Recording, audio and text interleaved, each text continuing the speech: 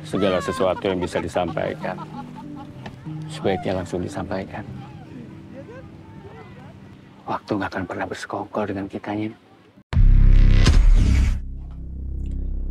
Hey, hey, hey. Selamat bergabung kembali di channel BB69. Halo para sobat, apa kabar nih kalian semua? Semoga kalian dalam keadaan sehat selalu.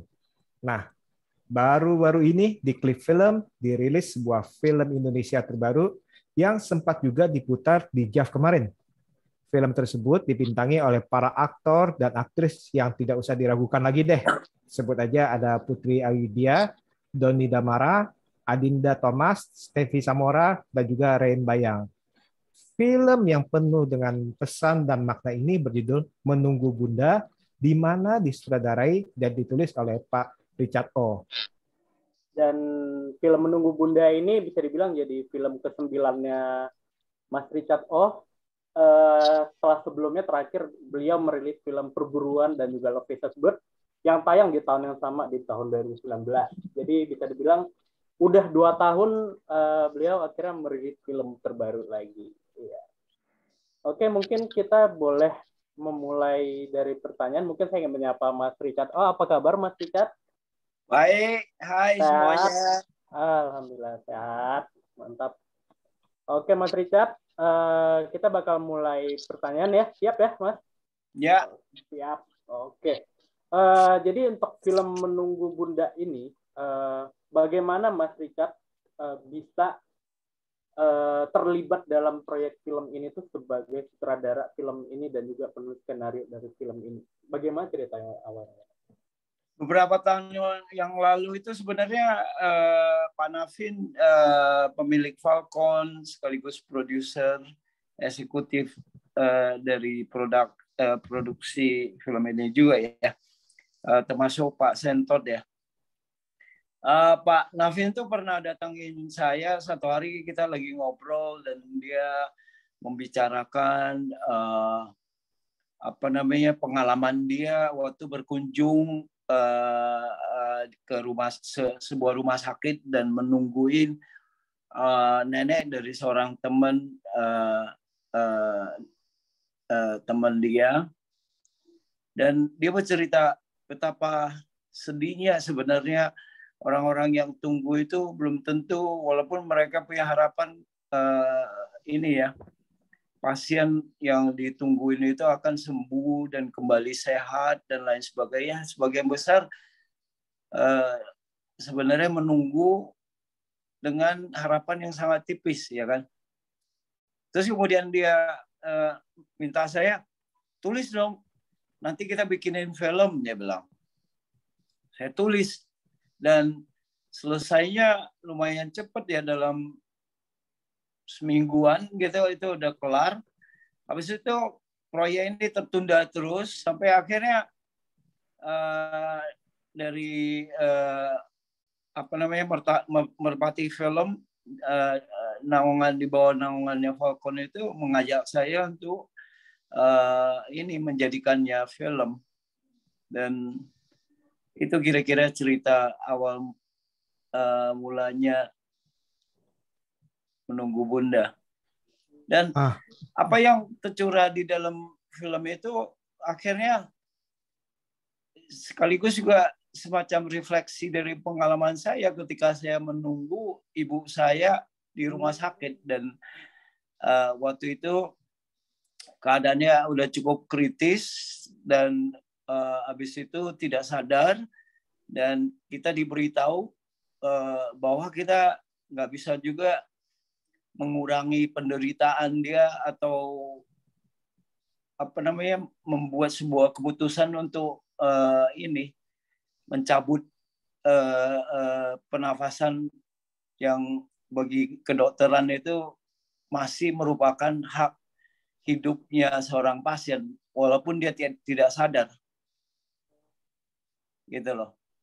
Nah itu juga sangat pengalaman yang sangat buat saya sangat ini ya, sangat menyedihkan sekaligus pengalaman yang membuat kita itu bisa banyak sharing dengan orang-orang yang sedang melalui hal-hal seperti itu. Iya, iya Pak, benar Pak. Jadi ini nama Pak ditulis berdasarkan dari pengalaman Mas Richard sama teman Mas Richard ya, di mana Iya, istilahnya memang sih dalam arti seperti saya juga pernah ngalamin juga di mana almarhum ayah saya juga pernah masuk ICU, jadi istilahnya iya, ya proses menunggu itu memang paling berat sih bagi kita sih iya, dalam arti di satu sisi kita harus bisa uh, istilahnya dalam arti gini, kita harus bisa mempersiapkan diri untuk yang terburuk, tapi di satu sisi ini kita masih harus mempunyai harapan paling besar. Nah, iya, itu dia tuh. Itu di mana kan kita kan jadi kan bermain antara perasaan kita nih. Apakah iya, kita mau berharap sampai kapan, tapi kita tetap punya pengharapan, tapi di satu sisi iya, berani nggak kita istilahnya menerima kenyataan bahwa yang terburuk iya, ya itu dia di mata kita ya Pak Richard ya. iya. Itu makanya di film ini kalau kita mengikuti secara saksama ada suara, yaitu suara dari si suaminya Alma yang seakan-akan mengutarakan hal-hal yang kita kadang-kadang merasa bagaimana ya kalau pengobatan itu setelah keluar begitu banyak biaya tidak menjamin seseorang itu bisa sembuh juga.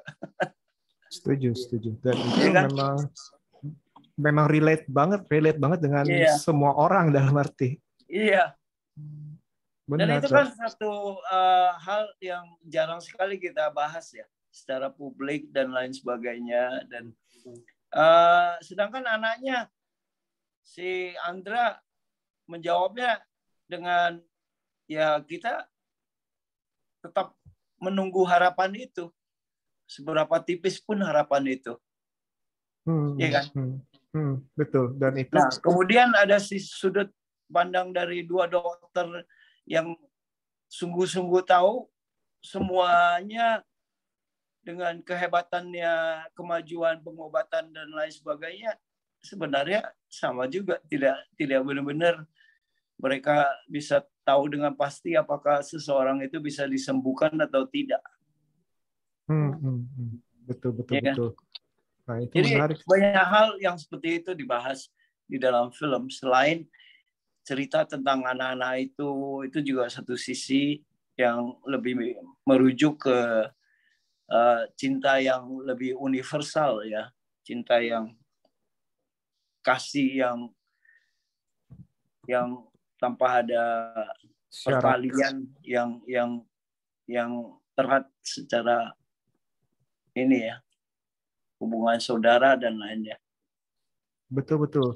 Nah ini justru itu nih, ini sangat menarik nih dalam arti tadi kebetulan Pak Richard yang mengangkat sendiri karena ini benar-benar banyak istilahnya, banyak konflik-konflik yang sebenarnya itu tidak ada yang jahat, tidak ada yang baik.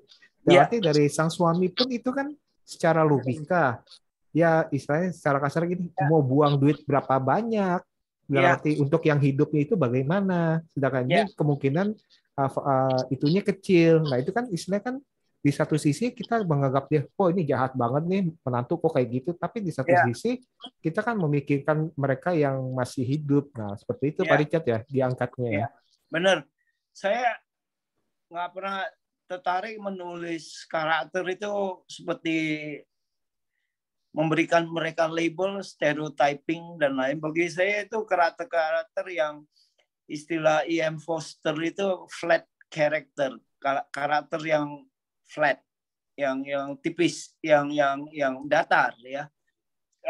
Karakter yang seperti kayak gitu itu jadi semacam stereotyping ya. Manusia kan nggak seperti itu. Betul. Manusia nggak seperti itu. Kalau umpamanya seseorang itu bisa baik, dia ada sisi jeleknya juga. Dan kenapa kita nggak bahas itu? Intinya kalau kita nggak ada sisi jeleknya, mana ada sisi baik kita yang bisa kita tingkatkan? Coba pikirkan. Iya betul. Orang suka lupa sekali kan. Betul. Orang ingin orang tertentu yang dia puji dan lain sebagainya sebagai orang yang tak tercela. Nggak mungkin manusia itu. Betul. Ya kan? Coba betul. pagi setelah gosok gigi kita langsung kotorin ini toilet. Iya, betul, betul, betul. Betul. Terus Aneh juga gitu. Manusia itu aneh. Peradaban itu membuat manusia itu seakan-akan ini ingin menutupi hal-hal dari diri dan penampilan dan lain dari hal-hal yang sebenarnya membuat menjadi bagian kita, karakter kita, sisi yang paling tulen dari kita gitu. Setuju. Akhirnya banyak kepalsuan. Sama aja kayak apa lambang yin dan yang ya Pak Richard Nah, ya, di mana ada itu di salah hitam satunya itu ada kan. titik putih, betul, Ya di kan? putih ada titik hitam. Nah, itu kan udah kasih kita tahu sejak dulu. Tapi Betul. seberapa mendalaminya kita itu. Ya kan?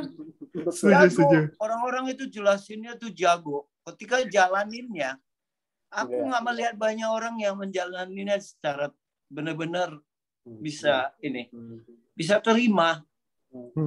Betul, betul. Terima bahwa ada hal seperti ini, makanya kita itu bisa menimbang mana yang lebih baik.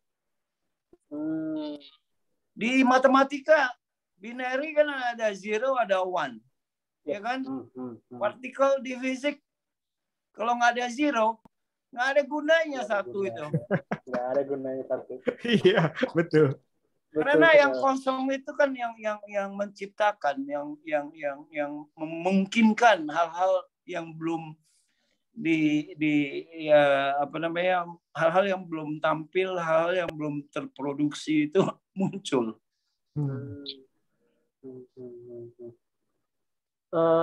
Terus melanjutkan yang tadi, masih kurang memahami ketika Mas Richard itu ada salah satu karakternya si Sidney Hakim tuh, kan tadi bilangnya kok menantunya kayak gitu. Nah, dia kan berbicara soal mati terhormat di rumah. Nah, maksud yang ingin disampaikan Mas Richard ini soal mati terhormat itu gimana maksudnya? Kan ada sisi kita ini yang seperti Sidney, karakter Sidney itu sebenarnya kan dia sangat pragmatis. Dia bukan seseorang yang mungkin Andra anggap dia tahyul dan lain sebagainya kan. Tapi kan dia logis.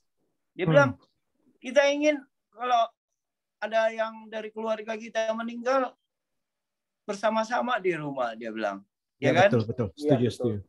Dalam pengertian di dalam dekapan ataupun kehangatan keluarga dan lain sebagainya. Nah, itu juga perlu kita pertimbangkan. Jadi saya nggak memberikan sebuah jawaban ya. Kalau kamu perhatikan di film itu nggak ada jawaban dari saya. Nggak ada. Yang ada sisi ini dari persaudaraan. Ada kakak yang janji ibu, habis itu dia langgar juga. Jangan kita spoiler ya. Ya nggak tahu orang-orang tangkap nggak dia janji ibu, dia langgar juga kan. Terus kemudian ada Alma yang spontan dan sifatnya apa yang dia mau dia pengen dapat, gitu kan? Dan nanti percakapan kakak beradik Alia dan Alma itu menjelaskan mereka tidak saling nuding, cuman keselnya si Andra merasa si kakak yang kedua ini orangnya kenapa sih membuat susah ibunya, itu aja persoalannya.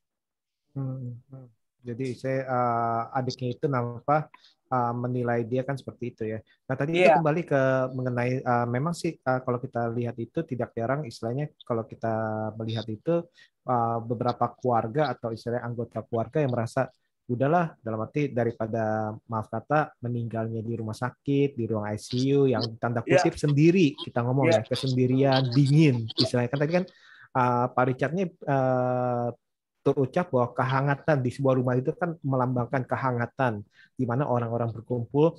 Sedangkan kalau kesendirian itu kan seperti yang kita tahu kan di rumah sakit walaupun kita pasti ada perawat, ada dokter, tapi kan terkesan kan terpisah daripada orang-orang yang mereka kasihi. Dan itu mungkin yang kadang-kadang itu masih banyak orang ini yang pro kontra nih sampai sekarang pun masih pro kontra pasti. Saya ingat saya tidak memberikan sebuah jawaban mana yang benar ya. Betul. Di film ini saya keluarkan ada sisi-sisi ini loh.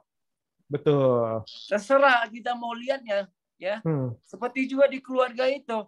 Ini bukan keluarga yang kita bilang hancur-hancuran atau yang perfect, fungsional, tidak. Ini keluarga biasa, baik-baik dan apa, tapi di dalamnya juga nggak sempurna, seperti semua keluarga kan. Betul. Jadi nggak ada black and white-nya. Betul. Dan tadi itu yang tadi saya pengen bilang, ini bagusnya itu ya, itu akhirnya kan membuat kita, Pak Richard kan tidak memberikan suatu jawaban, tapi istilahnya itu justru membuat memberikan kepada para penonton atau kepada kita nih untuk istilahnya ya merenungi, dalam arti mungkin para penonton ini pastilah kurang lebih ini pasti sudah banyaknya juga mengalami hal yang sama seperti itu. Jadi misalnya kita akan merenungi aja nih dalam arti nanti ke depannya seperti apa dan lain itu kan jadi bahan-bahan introspeksi. Intinya kalau film yang membuat kamu itu langsung kayak dicekokin dengan pilihan-pilihan dari penulis skenario atau sutradara, itu bukan film, itu kampanye.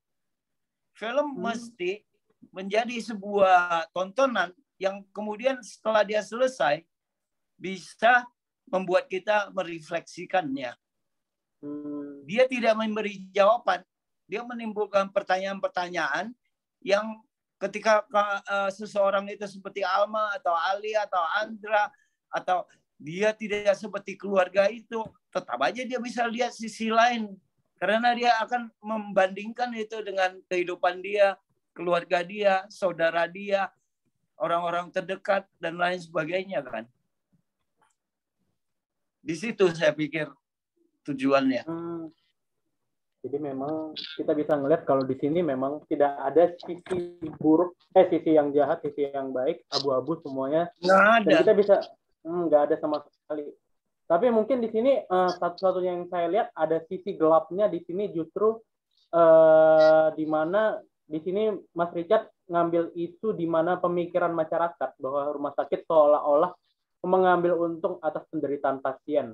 Nah, ini kan bisa dibilang mungkin satu-satunya hal yang bisa saya lihat dari film ini sisi gelapnya, yaitu kita ngebahas soal katanya rumah sakit kalau kita semakin lama dirawat inap, kita semakin sakit, itu rumah sakit ngambil untung, dan itu sempat disinggung di sini. Nah, sebenarnya dari hal ini tuh, apakah Mas Richard punya semacam keresahan tersendiri tentang ini? Saya tidak mempresentasikan itu ya, tapi saya lewat satu karakter mulutnya untuk menyampaikan hal yang lain. Kemudian dia itu dikontras sama pendapatnya Andra. Jadi posisi saya bukan sisi gelap atau terangnya rumah sakit, dan saya pikir bodoh sekali di zaman modern kalau orang itu menolak rumah sakit. Yang jarang dibahas itu bahwa ada hal-hal tentang rumah sakit dan orang sakit yang masuk ke rumah sakit tidak tambah sembuh, tidak tambah apa, tapi kemudian menguras kemampuan mereka untuk mempertahankan pasien dan lain sebagainya. Itu hal-hal kan yang perlu juga dibayangkan, ya kan? Betul. Jadi betul. Rumah sakit mau diambil dari sudut mana, bukan sebuah sudut yang cerah, selalu akan gelap. Iya sih, soalnya namanya rumah sakit bukan rumah sehat, Pak ya. Orang bilang rumah sakit itu dibikin jadi komedi. Betul. Karena dalam arti kalau kita masuk rumah sakit kan, kecuali rumah bersalin kali ya, rumah bersalin kan bahagia istilahnya. Nah, itu kan ada sudutnya di sana kan. Nah. Kalau rumah bersalin. Sakit bersalin. Iya benar Mas. Benar, tajam sekali itu. Kalau rumah sakit kan ya saya sakit, maaf kata sakit mencret aja juga udah nggak enak, kita gelap. Yang paling ringan mencret, itu baru mencret, dalam arti kan kalau udah masuk rumah sakit berarti kan udah lebih parah, dalam arti seperti itu. Rido. Ya. Rido di psikologi itu ada namanya Rorschach. Rorschach itu seseorang dikasih lihat gambar kayak dibikin dengan tinta ini ya, tinta ink ya. Tinta yang dipakai kuas gitu ya, tinta kuas ya namanya. Dan itu ceplokkan di kertas, kemudian dia diminta pasiennya lihat itu. Bentuk apa yang kau lihat? Nah, itu di situ. Itu Jadi itu namanya. tes kepribadian. Rorschach, betul. Test, gitu kan. Jadi gitu. kalau kamu kalau cenderung punya sudut yang mau memandang sesuatu itu gelap, kamu akan percaya gelap. Jadi kalau kamu terang, itu akan melihatnya kayak ini butterfly loh, bukan monster. apa gitu ya. Bukan monster. Ya, sama lah istilahnya. Gelas itu setengah penuh atau ini ya. Setengah kosong. Setengah kosong ya. Oke. Paham. Baru tahu ya. Nah, makanya Ridho jangan main gelap-gelapan terus. Nah. itu pesan dari Pak Richard loh, bukan dari saya loh. Itu saya cuman bilang aja lo bridging. Bagus. Pesan moral bagus. Aduh. Oh ya Pak Richard, ini ada 2 karakter nih yang justru ini saya pribadi ini jadi berpikir keras nih istilahnya. Yang pertama itu ada karakter kalau nggak salah namanya Pak Karso ya, dalam arti pasien dengan luka bakar.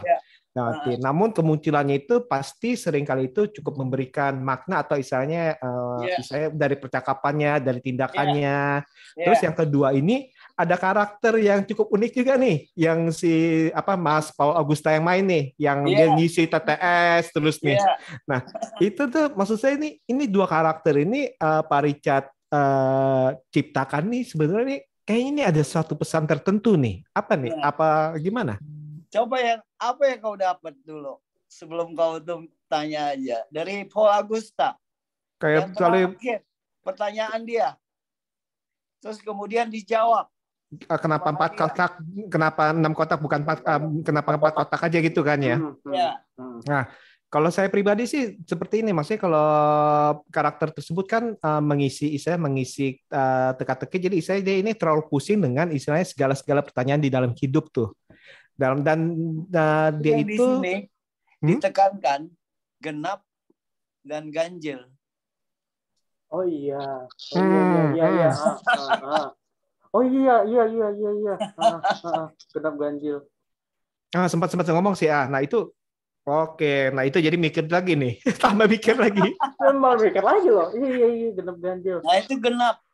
Dan saya pengen itu ditekankan itu bahwa apa-apa nantinya yang menjadi semuanya akan berjalan dengan serasi dan baik-baik dan lain itu kan genap nantinya.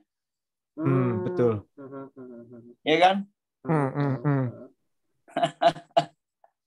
Oke. Waduh, tambah pusing nih saya nih. Mas mikir ini lagi. lumayan loh. Komentar kalian itu dan pertanyaan kalian ini buat saya sangat intelijen loh. Itu udah sampai ngulik. Waduh. Percakapan yang hanya sebagian sepotong-sepotong. Aduh, ini sedih. Aku ini ya. Aku pengen tahu. Did you get what I put in the film? Gitu loh. Nah, justru itu ini enaknya. Disepelekan. Banyak sekali itu. Ada yang sepelekan itu. Oh, ini karakter ini kurang. Gitu. Mereka nonton film itu seakan-akan kayak si Roland Barthes, pemikir Perancis itu paling benci sama film karena dia suka nonton film hanya melihat detailnya, tapi film bukan detail tapi pola. Ya. Oke. Jadi kalau kita hanya perhatikan detail itu mestinya nggak sempurna bagi saya ya. Apapun itu ya. Perhatikan itu Dr. Miyagi yang Jepang dengan suaranya yang kayak ngomongnya pelan dan lain. Bagi saya secara rima dan lain segala macam dia ini yang disebut atonal. Oke, jadi ada maksudnya juga tuh emang sengaja dibuat. Dipecahkan dong. Ini kan kayak komposisi musik kan. Kalau semuanya terlalu harmonis, kita bikin sesuatu yang harmoni itu gimana ya? Bagus untuk orang-orang yang berdoa di mana gitu. Tapi kan secara musik inovasi ibaratnya itu kayak musik jazz ya, harus ada Ya, improve sedikit, harus ada nada bengkoknya dikit ya. keren, keren, keren. Hmm. Harus ada istilahnya, ada counter punnya gitu kan. Counter. Hmm. Hmm. Aduh, kepala saya kok jadi Counter pusing nih. puntal. Jadi saya gak memusingkan. Untung langsung ngomong sama Pak Richard ini, kepala saya tambah pusing Iya. nih. Apa kok?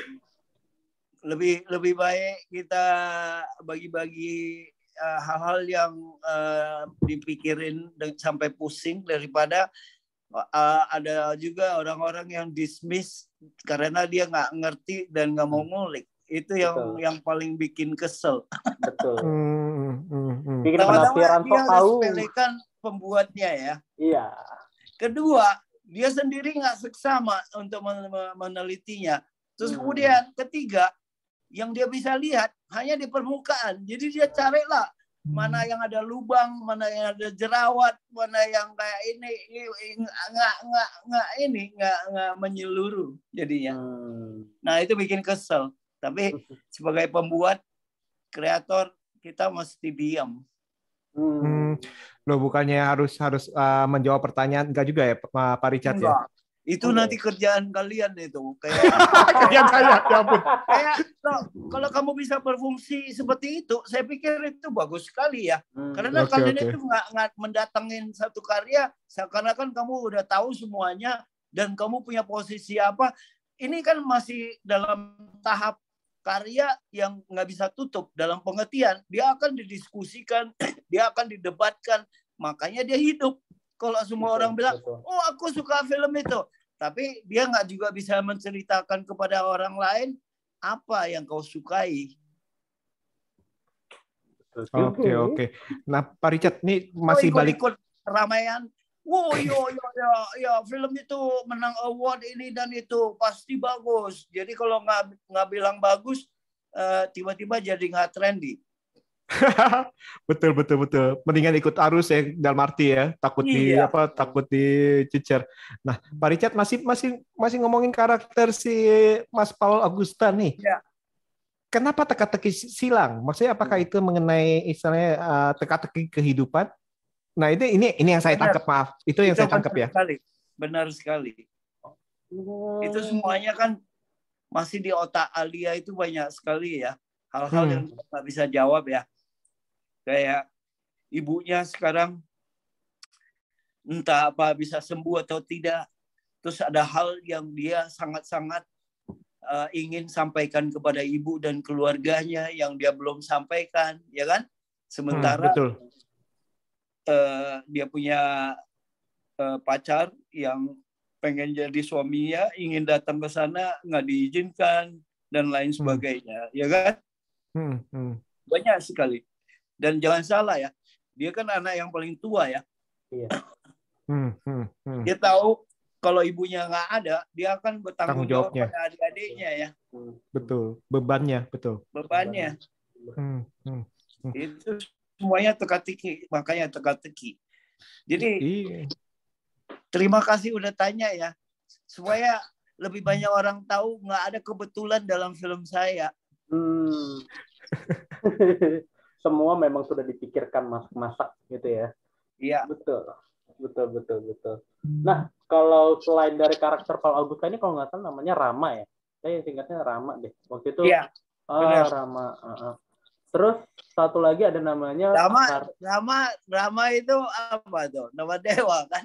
Iya. Sama nama belakang saya juga nih. Nah, kalau Karso sendiri, dia kan luka bakar. Kalau itu sebenarnya apa yang pengen Pak Richard sampaikan? Coba, apa yang dia sampaikan kepada si Andra? Sebenarnya kalau dalam pikiran saya ya, karena kan dia waktu itu ada anak kecil, terus ada neneknya juga, terus itu mereka ditinggalin. Kalau dalam pikiran saya sebenarnya karakter Karso itu mewakilkan apa ya? Itu dua sisi. Anak perempuan yang datangin ke Karso apa? Dia tulis ngasih buku. Dia tulis catatannya. Catatannya kalau kau baca itu terasa apa? hidup itu indah kan. Hidup itu indah. Sementara Karso yang mengenang terus keluarganya Betul, lupa. yang meninggal. Yang meninggal, yang Dan dia meninggalkan lupa dia, betul. Dia melihat depannya kan. Iya kan? Yes, dan anak itu sebenarnya mengingatkan dia. Kemudian Karso ingatin Andra apa? Oh my God. Apa? Ketika dia peluk tiangnya itu loh. Iya. Apa? Seperti ketika kita hidup di dalam satu rumah dengan keluarga, orangnya ada sekitar kita. Seakan-akan ada tembok komunikasi. Masing-masing di kamarnya. Masing-masing ada kesibukannya. Ya kan? Yang jauh jadi dekat, yang dekat jadi jauh. Ketika mereka nggak ada, Karso tiap detik, tiap menit berkomunikasi sama mereka. Di situ dia sadar. Dan kata-kata si bapak bilang apa? Ketika dia belum benar-benar gawat Alzheimer di pantai. Dia ingin apa? Ingin mengungkapkan kebenaran ya. Dalam arti apa selagi masih ada waktu. Betul. Waktu tidak bersekongkol dengan kita. Betul. Apa yang mau disampaikan, harus disampaikan saat itu juga.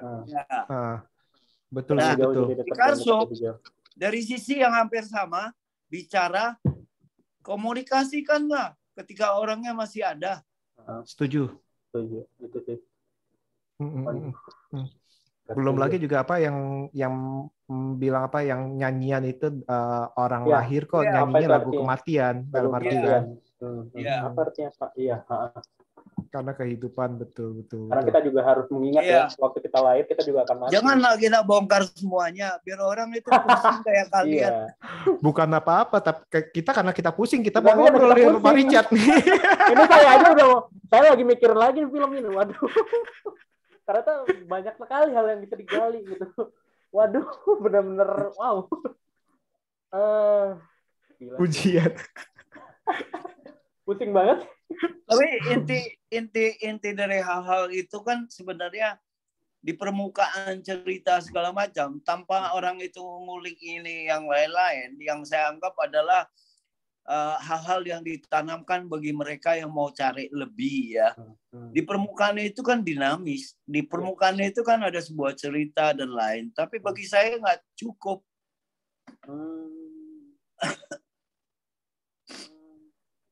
Karena memang karya yang baik adalah karya yang dibicarakan oleh orang-orang ya. Sesuatu yang tampil ke atas itu harus ada akar dan benihnya yang senantiasa tumbuh. Dia nggak bisa sesuatu yang udah ditancap. Karena yang muncul kan udah baku ya. Iya. Di bawah itu kan harus hidup terus. Betul. Nah, Mas, mungkin kita akan bertanya nih, karena kan saya ngikutin karya-karya Mas Richard mulai dari Koper, Terpana, Melancholy Movement, Lagu Tebet. Nah, sekarang tiba-tiba Mas Richard ngebikin tema keluarga. Jadi sebenarnya keputusan terbesar apa yang dibuat Mas Richard untuk akhirnya membuat tema keluarga ini di tahun sekarang ini, di tahun pandemi ini? Saya salah satu hal ya, selama ini saya membuat film itu untuk saya memperdalam ilmu-ilmu yang saya belajar, kajian film dan filsafat dan antropologi dan lain sebagainya. Makanya teman-teman saya itu boleh dikatakan orang-orang yang inilah ya, yang menggeluti bidang-bidang seperti itu ya. Karena dari mereka kita bisa bertukar pikiran, dari masing-masing punya ini ya telusuran ya lewat bertahun-tahun mempelajari hal-hal tertentu. Jadi selama ini saya itu kalau buat sebuah karya kayak Love is a Bird, kalau kamu perhatikan film itu, saya itu sedang mempelajari bagaimana sebuah kamera itu bisa tetap bergerak. Hanya kita nangkap percakapan yang penting dan lain ketika di titik dia lagi gerak gitu kan. Makanya judulnya Love is a Bird gitu loh. Ya kan? Dan dari sana di permukaannya saya kasih satu cerita, ya kan? Tapi intinya sebenarnya gerakan kamera. Karena gerakan itu dari apa yang saya dalami dan lain sebagainya adalah sebuah pengulangan di mana apa-apa yang sebelumnya tidak maksimal diulang-ulang terus gitu, sehingga dia itu semakin keluar gitu loh. Makanya akan itu. Nah, jadi kenapa tiba-tiba ke sebuah karya kayak keluarga dan bagi orang-orang tertentu dia kan melihatnya melodramatis, apa sedih apa. Betul, Nah, betul. itu tujuan saya. Bagaimana kita pertaruhkan di dalam satu medium di mana banyak orang bisa tonton, dan kemudian kalau dia ngulik seperti kalian, ada hal yang dia bisa dapat juga di bawahnya gitu loh. Dan jangan salah ya, ini kalau kita bicara kayak melodrama dan drama dan lain, ini adalah sebuah medium yang kalau dingulik dan dibikinnya tidak manipulatif, itu susah sekali.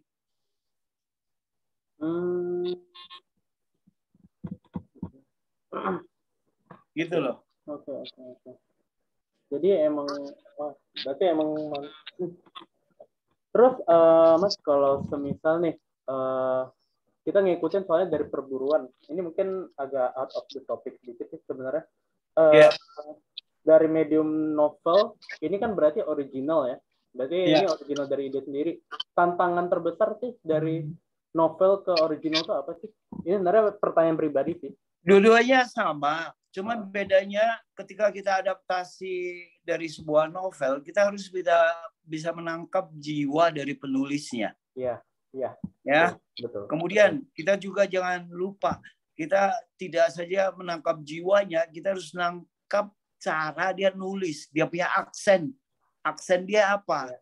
Jadi kalau saya mau membuat sesuatu tentang Ridho, saya itu bisa tangkap dulu Ridho kalau dia ngomong apa gitu ya, dan gesturnya gimana, saya harus bisa bayangkan. Dan kebetulan aja saya pernah ketemu Mas Pram, dan saya observasi dia sekian lama, dan saya tahu hal-hal tentang dia dari sudut apa yang saya bisa dapat lah ya, dan dari teman-temannya dan lain. Dan itu penting sekali karena sangat gampang sekali kalau kita bilang ambil satu karya kemudian adaptasi jadi film, dan diadaptasi itu kamu karyakan di atas karya. Boleh sih. Boleh. Itu sebenarnya harus dituntut seperti itu. Tapi ingat, jangan lupa jiwa dan aksen dari si pengarang itu. Yes, betul. Kalau kita nggak berhasil menangkap itu, sebagus apapun, itu apa bedanya? Iya, betul. Ya, dan ingat juga karya film memang tak perlu seperti karya tulisan. Karena medium film itu lebih kaya. Jadi saya kasih contoh kamu ya yang sangat sederhana ini ya, kamu belajar sesuatu baru lagi. Kalau kita bilang 3 orang dekat pantai, di otak kamu, di otaknya Ridho, di otak saya 3 orang yang berbeda. Tapi kan kita bisa bayangkan kan? Betul. Terus kemudian saya kasih kamu satu foto, 3 orang, ada ayah, ada ibu, ada anak kecil, jelas kelihatan. Anaknya anak perempuan. Oke? Kita 3 orang melihat. Nanti foto yang kita lihatnya saling bersilang. Jadi medium tertulis kamu imajinasikan, medium visual, walaupun kamu lihat hal yang lain, tapi kamu lihat dari sudut pandang yang berbeda.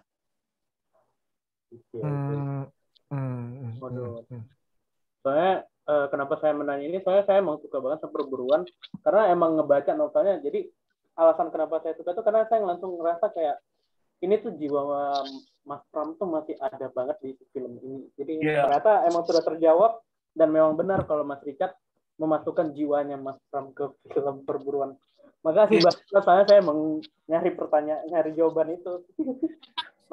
Bahagialah saya mendengar itu, Ridho. Kamu dari sekian yang bisa dihitung dari tangan atau jari kaki saya yang menangkap itu. Sisanya sumpah serapah.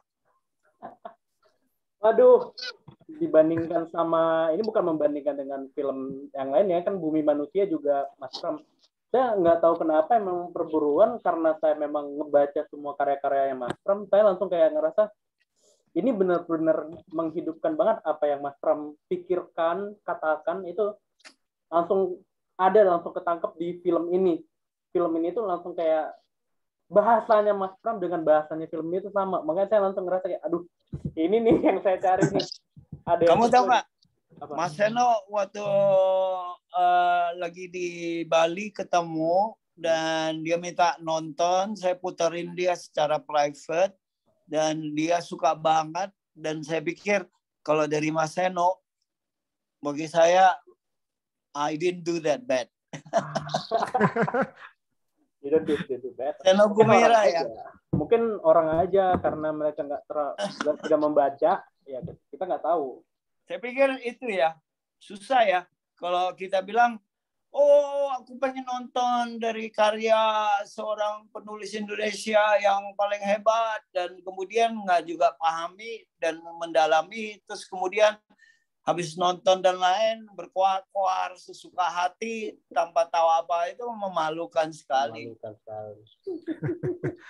Oh ya Pak Richard, mau nanya nih Pak Richard. Kepada saya ya, bukan kepada saya, kepada penulisnya, karena kita harus hormati dia. Betul. Nah, Pak Richard, saya mau nanya nih Pak, kalau selama Bapak dalam arti berkarya, istilahnya, Bapak kira-kira nih ada pengaruh-pengaruh atau inspirasi atau referensi dari sutradara atau film-film lain nggak Pak selama ini Pak? Atau yang berpengaruh dalam Bapak?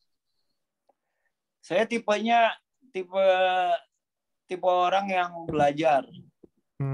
Dalam pengertian, saya nggak pernah merasa saya udah tahu cukup ini dan itu. Saya itu kalau menguasai sesuatu, saya ingin hancurin dan mulai lagi, belajar yang baru dan lain sebagainya. Karena kalau kita tumpukin sesuatu yang kamu udah kuasain banyak, akibatnya kamu itu menutup kemungkinan hal-hal lain yang bisa dipelajari, gitu kan.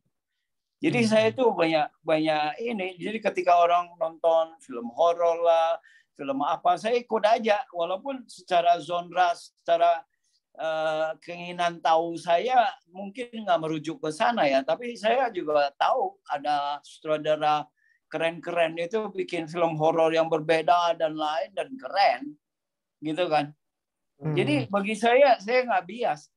Salah satu hal yang membuat saya selalu semangat dan ingin belajar terus itu karena saya itu nggak merasa aku itu harus kayak apa ya, makan ataupun secara jiwa dan lain itu hanya dikasih makanan tertentu dan lain. Enggak, saya sangat terbuka sekali gitu dalam apa-apa itu. Kalau bisa didebatkan, bisa didiskusikan ya, kalau saya yakin dan lain, saya malah bilang posisi di sana bagus, kita ambil.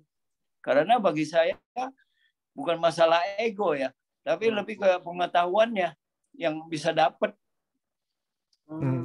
Jadi istilahnya itu kan susah kan? Itu betul, kan susah.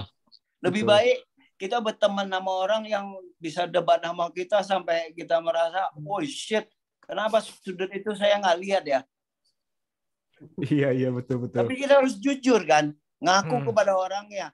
Karena kita belajar sesuatu dari debat apa segala macam. Boy, itu perspektif yang menarik.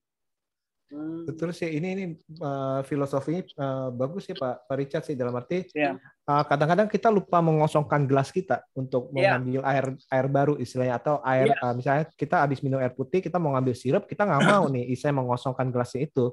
Atau kita habis minum limun, kita mau minum kopi, kita nggak mau ngosongin dulu tuh ya, akhirnya kan ya acak kadut istilahnya seperti itu. Nah sedangkan tadi itu kalau kayaknya filosofi Pak Richard ini kayaknya bagus, dalam arti tadi itu dengan cara meruntuhkan segala macam.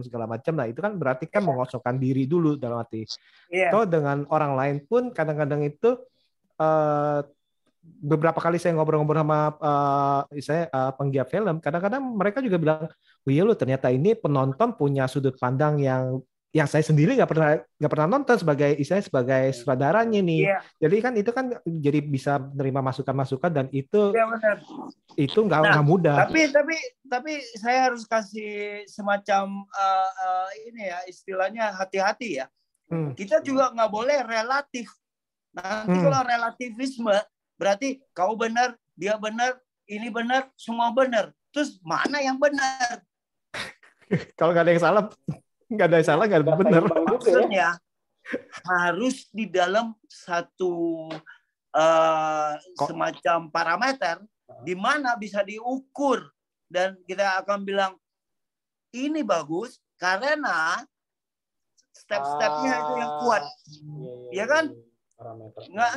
Nggak bisa bilang ini bagus atau kadang-kadang saya sebel sekali kritikus dapat S3 dan lain tiba-tiba tulis hashtag beyond craftsmanship. What the fuck is beyond craftsmanship? Apa itu? Ada nggak? Coba apa itu maksudnya? Aduh. Itu kan bahasa yang sangat gimana ya, meneko-nekoin orang seakan-akan gua S3 kau apa atau gua pintar kau itu ikut aja. Itu nggak boleh. Semakin kita tinggi ilmunya, semakin kita harus hati-hati. Ya, jadi harus hati-hati. Bukan relativisme. Sudut itu kita tampung dengan pengertian. Kalau ada celah di dalam kita punya pandangan pada sesuatu, dia memperkayakan atau dia mengajak kita menelusuri sudut yang lain. Tapi ketika kamu udah telusurin sudut yang ditawarkan sampai selesai dan dia bilang dan kamu itu bandingkan dengan telusuran kamu akan bilang, oh ini dia salahnya di sini atau dia itu miskin di sini. Gitu loh. Jadi kita dalam posisi selalu kayak mata ketiga, bukan dua. Karena mata ketiga bisa lihat dua mata. Nah, ini mumpung kita ngomongin soal film nih, Pak Richard nih. Sebenarnya Pak Richard kan juga selain sebagai istilahnya sutradara juga bermain sebagai aktor ya. Perbedaannya apa tuh untuk Pak Richard sendiri nih dalam arti? Ada lebih nikmati di mana? Lebih nikmati. Pusingnya setengah mati pikirin semua hal, semua detail. Kalau main di film orang, saya spesialisasi 2-3 hari cabut dan saya cenderung nggak ributin apa yang diminta, tapi saya belajar apa tahu nggak? Bagaimana perasaannya seorang aktor di depan kamera dan apa yang dipikirkan dia ketika dia acting, apa persiapan dia, itu supaya saya paham nanti saya direct. Oke. Gitu. Terus kemudian pengalaman saya juga melihat sutradara yang kadang-kadang pengen perfeksionis dalam pengertian dia mungkin nggak tahu apa yang dia mau atau dia ragu sehingga ambilnya banyak. Itu membuat talentnya itu nanti capek. Semakin capek, semakin jelek. Jadi kalau umpamanya, kalau saya tipenya, kalau first take udah dapat apa yang kita mau, move on karena nggak bisa diulangin lagi. Setuju. Kecuali first take-nya itu ada salah ya. Kalau dia nggak ada salah, apa yang kamu mau, kamu udah tahu nanti di editing kamu bisa dapat, move. Oke, iya betul. Jadi Pak Richard juga di satu sisi ini ingin saya setidaknya itu bisa merasakan juga dan jadi ini mengkonfirmasi bahwa Pak Richard tidak akan saya berhenti jadi aktor juga ya. Nggak tahu kenapa ini satu profesi yang sebenarnya bukan profesi gitu. Biasanya dibayarnya kecil satu. Terus teman-teman yang panggil. Teman-teman. Mungkin cocok kali, perannya cocok. Bukan harganya, perannya.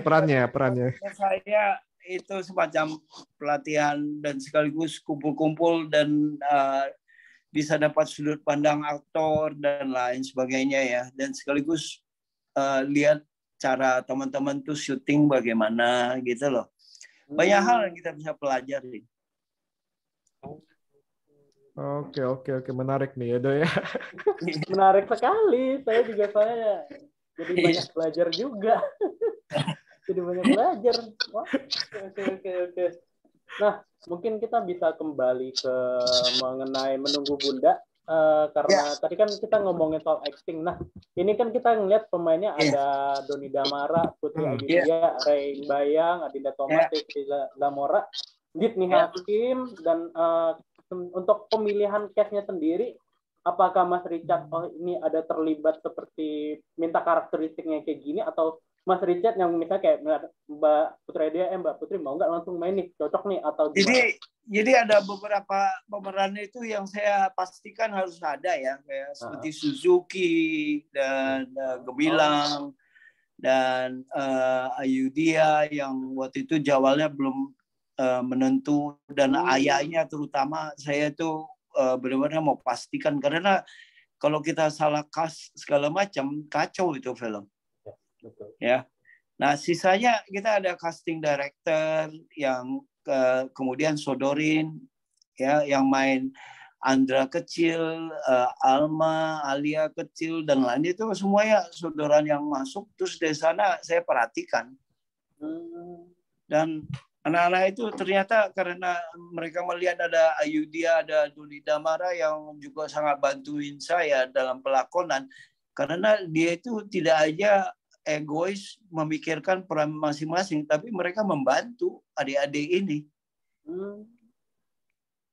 Jadi semuanya sangat semangat. Jadi satu cast dan kru. Ini pengalaman syuting saya yang boleh dikatakan sangat ini ya, menyenangkan ya, walaupun banyak hal yang terbatas ya, kita nggak dapat banyak hari syutingnya, nggak juga banyak budget dan lain, tetap aja itu menyenangkan. Kalau nggak banyak budget, itu kayaknya giliran Richard O lah. Oh gitu Pak. Ini kayak ungkapan hati dari terdalam nih Pak Richard nih. Ini sakit hati. Wah, bisa aja Pak Richard. Mungkin karena bayangkan banyak sekali film yang dikasih berapa miliar lah ini, ala hasilnya juga coba deh. Nah, mungkin karena itu kali dilihat Pak Richard nih dengan misalnya dengan dana yang istilahnya tidak terlalu tinggi tapi bisa memaksimalkan apa yang ada di situ. Nah, ini saya juga masih penasaran nih. Itu mah bukan komplimen itu. Bukan komplimen. Wah, itu saya nggak berani komen lagi deh, nanti saya salah. Bukan. Itu kan namanya penekanan dari atas. Aduh. Nah, kalau misalkan kalian pas waktu Pak Richard sedang menulis naskah ini nih, apakah di karakter-karakter itu pas lagi nulis kebayang nggak? Oh ini ayah ngebayangin, oh Doni Damara nih, apa ada karakter tertentu nggak yang di film ini Pak Richard ini emang udah ada gambaran pemeran? Biasanya kalau kita lagi nulis itu pasti ada ya. Tapi saya usahakan jangan dipatok pada aktor tertentu, karena itu nanti membuat imajinasi kita itu kayak terbatas gitu kan. Karena kan kita harus adaptasi pada aktor tertentu yang punya sifat-sifat tertentu. Tapi ketika kita udah kelar, kita cari yang paling mendekati karakter kita pertama. Kemudian kita minta dia lakukan hal-hal yang dia nggak biasa lakukan gitu loh. Misalnya tiba-tiba Doni Damara kena Alzheimer gimana? Oh iya, oke. Ayudhya yang jago acting tiba-tiba cuma hanya berbaring tidur. Gimana? Betul. Ya kan? Jadi itu yang nantinya membuat mereka juga excited, dan bagaimana Yayu Ondro nggak ditampilkan mukanya sama sekali, padahal itu maestro itu. Dibalut sama kain. Seluruh tubuh lagi Pak Richard. Itu beberapa teman seperti Doni, Yayu Ondro, udah lama sekali aku rindukan bisa suatu hari, dan ketika saya minta mereka itu, mereka itu sambutnya dengan hangat dan semangat. Saya itu menjadi lega sekaligus dan sangat terima kasih. Doni Damara lebih gila lagi. Dia itu sampai bilang, Pokoknya kalau kita ini Pak Richard mau saya segala macam, saya pro bono aja. Dia nggak mau dibayar, gila kan? Nggak bisa lah. Aduh. Kan ada kontrak. Iya, betul. Gila, aku sampai terharu ya. Jadi komitmen saya yang pertama sebelum ke audiens ataupun ke semua yang terkait dalam satu produksi itu adalah kepada kru dan cast-nya. Karena kalau kita udah melakukan kerjaan kita dengan bagus dan mereka itu senang mengambil tantangan itu, bagi saya ada kepuasan. Saya tidak mengkhianati semua yang mereka percaya kepada saya. Betul.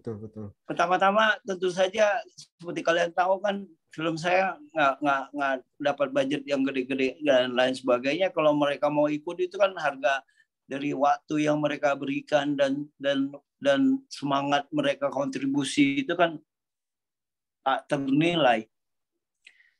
Dan itu saya sangat hargai itu. Dan saya akan catat di buku kecil saya. Kalau dapat budget gede, aku akan panggil mereka dan biar saya balas kembali budi-budinya. Keren. Jadi saya ya tadi itu dalam arti kan udah dekat, dalam arti udah kerjasama, udah cocok ya Pak Richard ya. Dalam arti. Nah, ini ngomongin soal imajinasi nih Pak Richard nih. Sebuah film kan pasti kan tidak terlepas dari musik score atau soundtracknya. Nah, boleh cerita nggak dalam arti mengenai musik score dan soundtrack di film ini kan kalau nggak salah kan Danila Riyadi ya. Dan istilahnya selain itu menurut Pak Richard nih sebuah musik score itu apa maknanya untuk sebuah film?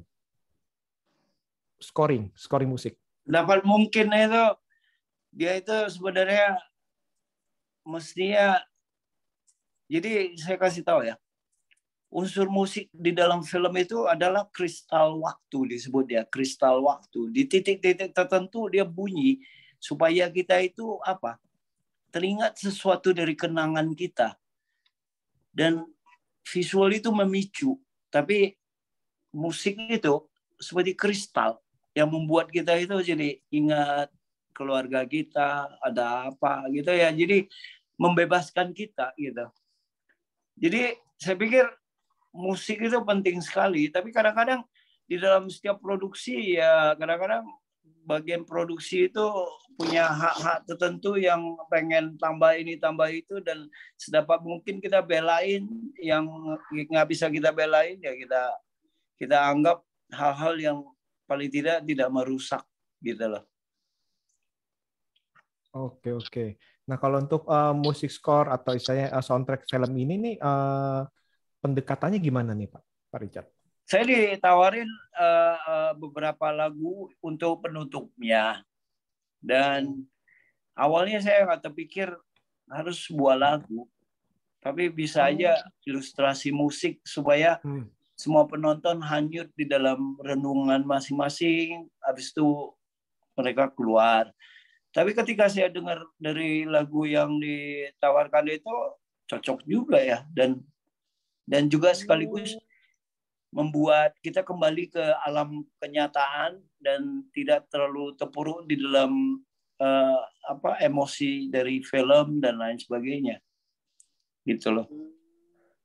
Intinya film itu kan intinya optimis sebenarnya kan. Walaupun banyak hal yang dibicarakan di sana itu intinya sangat dari sudut pandang yang outlook yang sangat positif itu. Positif dalam pengertian penuh dengan harapan dan lain sebagainya. Oke, mantap. Nah, Pak Richard, mungkin ini pertanyaan terakhir dari kita.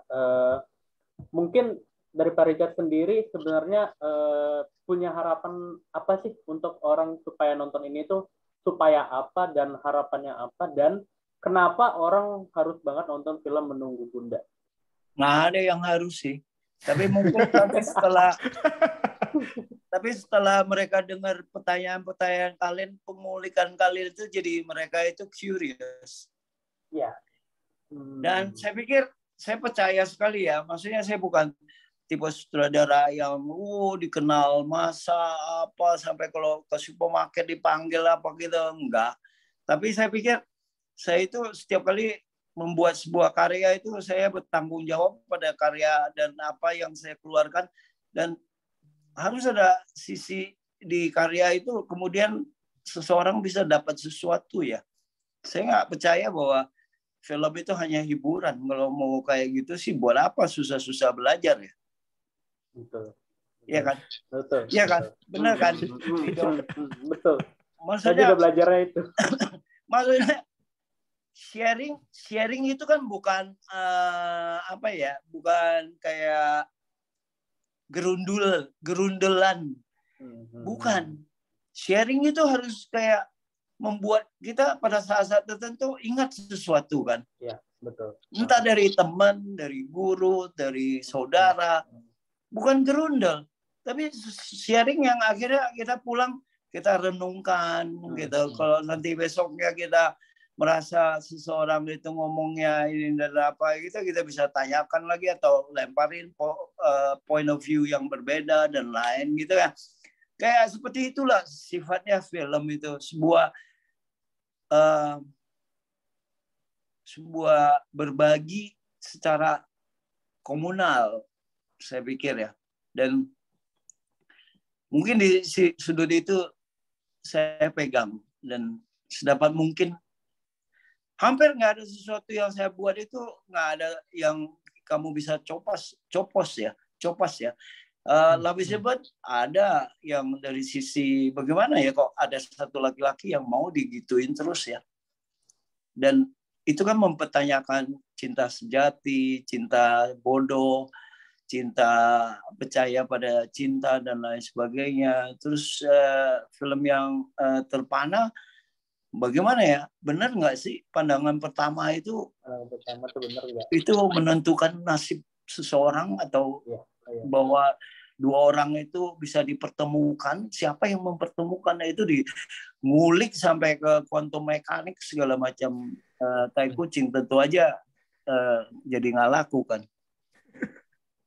Saya nonton itu di bioskop pusing banget. Bioskop itu kayak nggak friendly sama saya gitu. Jadi film-film saya kalau bisa lewat 3 hari udah hebat itu. Untung aja saya nonton hari pertama sih. Perburuan itu paling apa ya? Saya waktu itu saya ingat banget nonton di hari pertama tuh. Terus besok kok udah hilang filmnya. Iya, itulah. Tapi sebelum film itu tayang, teriakannya itu kenceng. Kalau dihitung itu bisa ribuan atau apa. Tapi yang pergi nonton nggak tahu deh. Anyep banget. Iya. Jadi mereka itu hanya ramai membicarakan. Tapi yang lucunya film ini yang terakhir ini justru banyak penontonnya. Oh bisa gitu ya? Aneh.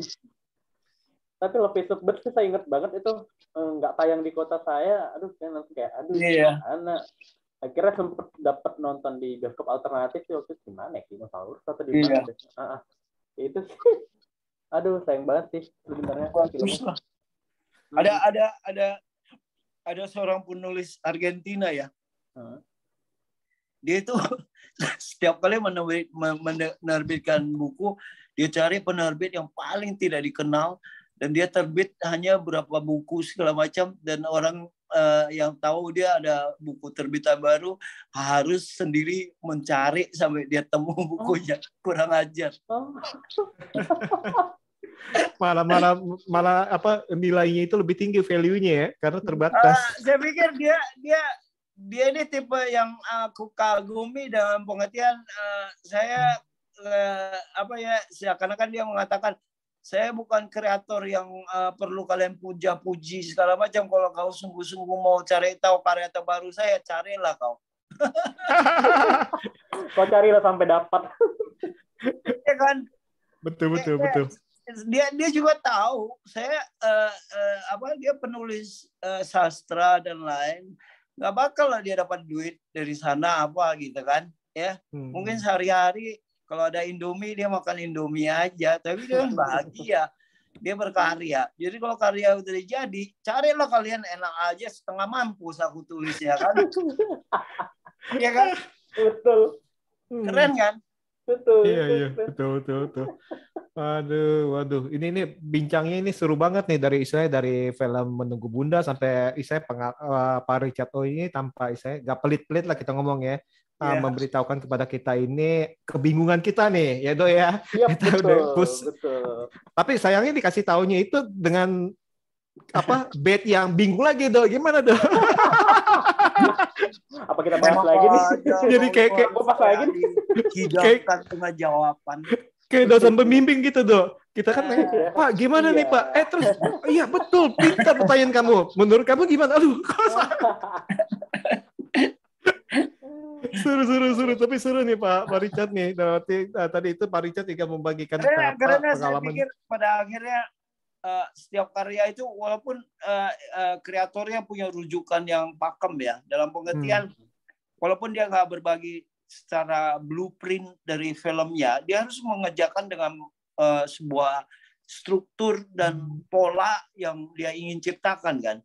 Nah sisanya kalau umpamanya orang bisa ngulik-ngulik hal-hal tertentu dan mendapatkan dari yang dia konstruksikan, itu buat dia itu sih sebuah kepuasan tersendiri ya.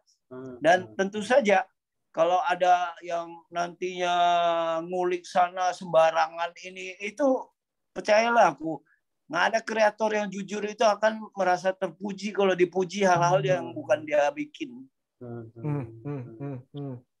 Betul. Waduh. Itu kayak arsitektur. Dia bangun setengah mampus mempertimbangkan bagaimana struktur fondasinya tidak di bawah tapi di tengah atau di atas. Terus datang ini si mulut kenceng gitu kan. Dia bilang, woi keren banget ya ini strukturnya kokoh ya. Karena fondasinya terpancang gini di bawah. Tai kucing ya. Itu kan pujian yang harafiah dan bagi saya sih agak bodoh ya. Iya kan? Aduh. Jadi saya pikir semua kreator itu pasti jujur pada visinya. Dia tahu juga hal-hal yang dia capai dan tidak capai, hal-hal yang dia bisa bernegosiasi dengan produser dan lain sebagainya. Kan banyak hal lah di dalam sebuah pembuatan film itu, banyak hal kan harus kita pertimbangkan juga ya. Betul. Aduh, ini kayak insight-nya ini banyak banget Indo ya. Iya banyak banget. Ada Pak Richard ini bener-bener nggak jaim nih ngomongnya juga belak-belakan itu membuat kita. Ya jujur aja itu industrinya. Jujur li. Nah, saya benar punya satu pertanyaan. Kayaknya menarik, baru aja kepikiran. Apa opini Pak Richard terhadap industri perfilman Indonesia yang sekarang? Yang Pak Richard lihat langsung. Itu kan sangat luas. Itu bisa bicara sampai besok. Lebih spesifik dong. Ini deh spesifiknya. Bangkitnya istilahnya penggiat-penggiat atau sutradara film baru atau muda, istilahnya baru dan muda kita bilang.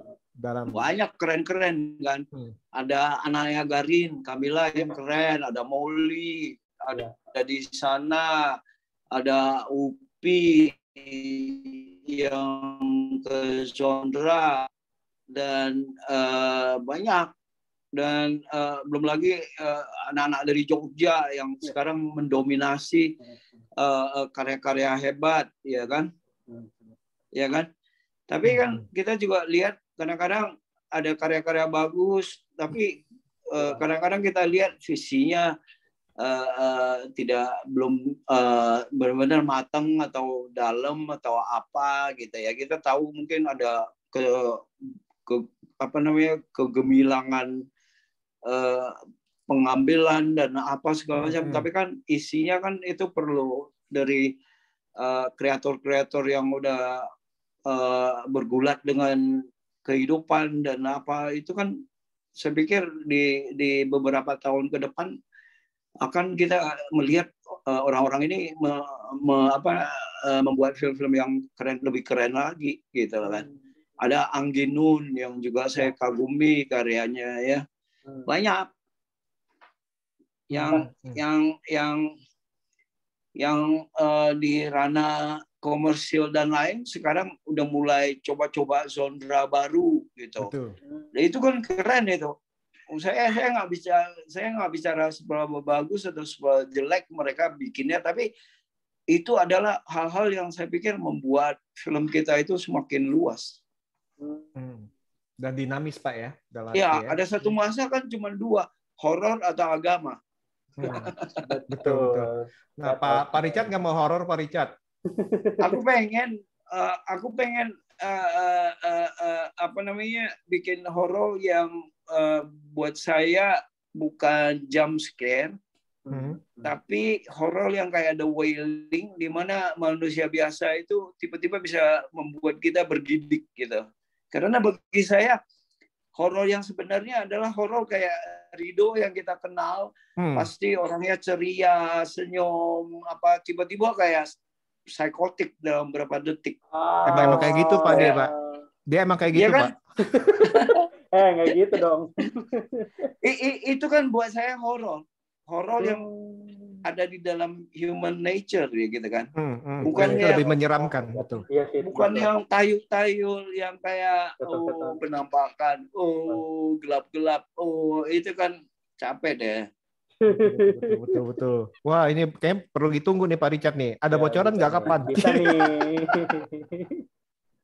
Suatu hari lah. Suatu hari ya. Suatu hari. Ya, nanti kita tunggu nih. Aduh. Ini nggak berasa nih kita udah ngobrol panjang lebar nih Pak Richard nih. Terima kasih banyak nih untuk meluangkan waktu untuk ngobrolin dari membahas Menunggu Bunda sampai saya film-film lain, bahkan sampai saya pendapat-pendapat dari Pak Richard yang menurut saya ini pasti membuka saya pengetahuan kita atau menambah insight-insight baru ya, dalam arti Mas Rido ya. Iya, betul sekali. Apalagi Mas Rido udah puas tuh. Kalian terusin ya. Saya itu benar-benar pertama kali merasa interview ya yang kalau dialognya itu dua sisi berjalan dengan lancar dan bagus, keren. Wah, terima kasih. Terima kasih banyak Mas Richard. Saya benar-benar menikmati percakapan ini ya. Dalam pengertian kita berbaginya kayak dalam dua sisi yang porosnya lancar sekali. Waduh, menyenangkan. Terima kasih. Dan jangan juga takut kritis pada kalau karya-karya jelek ya tanyain kenapa sisi ini jelek, nggak perlu, karena pembahasan itu meningkatkan wawasan penonton kan. Betul. Kenapa kita harus karya-karya yang udah keluar itu bukan pemiliknya lagi dari kreator, dia itu disebutnya objek yang tanpa kepala. Jadi dia itu dalam sirkulasi. Kalau dia dalam sirkulasi, siapa yang pegang? Kalau dia berani ngomong, dia bertanggung jawab pada omongannya. Menarik tuh. Menarik ya. Menarik. Iya. Jadi langsung mikir saya. Sama loh. Wah, ini Pak Richard nih kayak dosen pembimbing kuliah nih. Pas gini dia diam. Iya, ini kita mahasiswanya kayak lagi. Oh iya, diam dulu. Nggak bisa ngomong dulu, Pak. Tapi itu benar itu. Jadi Iya, betul.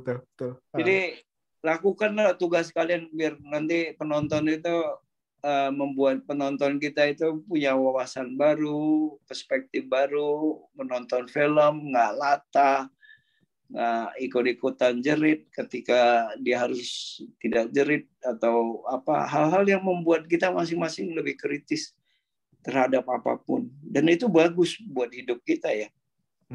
Betul. Yeah. Waduh, ini keren nih. Jangan dari Pak Richard nih banyak banget nih. Nanti ntar malam nggak bisa tidur nih Rido. Mencerna dulu. Ntar dia sambung di WhatsApp.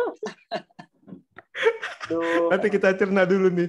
Aduh, sebuah karya adalah merupakan tubuh tanpa kepala. Nah itu nanti asal yang kebayang horor aja. Untung bukan malam Jumat rekamannya. Oke. Makasih Oke. banget loh Pak Richard loh untuk Sama-sama bincang-bincangnya. Dorothy, terima kasih untuk Terima Pak Richard kasih. dengan lugasnya bisa mau berbagi, Iya. saya open dirinya, membuka Iya. dirinya, bahkan pendapatnya segala macam itu kita benar-benar terima kasih banyak dan kita ini benar-benar mendapatkan banyak pelajaran dari Pak Richard Pelajaran nih. baru, betul. Semoga nih lain kali nih kalau Pak Richard ada karya-karya baru nih bisa kita undang lagi nih Pak Richard nih untuk Undang ngobrol aja. lagi nih. Setiap kali mantap. kau ingin bicara soal apa, undang aja. Nanti Wah. jangan lupa link dari rekaman ini dikasih saya biar lebih banyak orang yang nonton. Amin, Ya, amin. mantap. Siap Pak Richard. Sekali lagi saya ucapkan terima kasih Terima banget kasih Pak banyak. Richard dan semoga sukses Terima kasih selalu. banyak. Sehat selalu Pak Richard ya. Selalu Pak Richard. Kalian juga ya. Iya, siap. Baik. Semangat.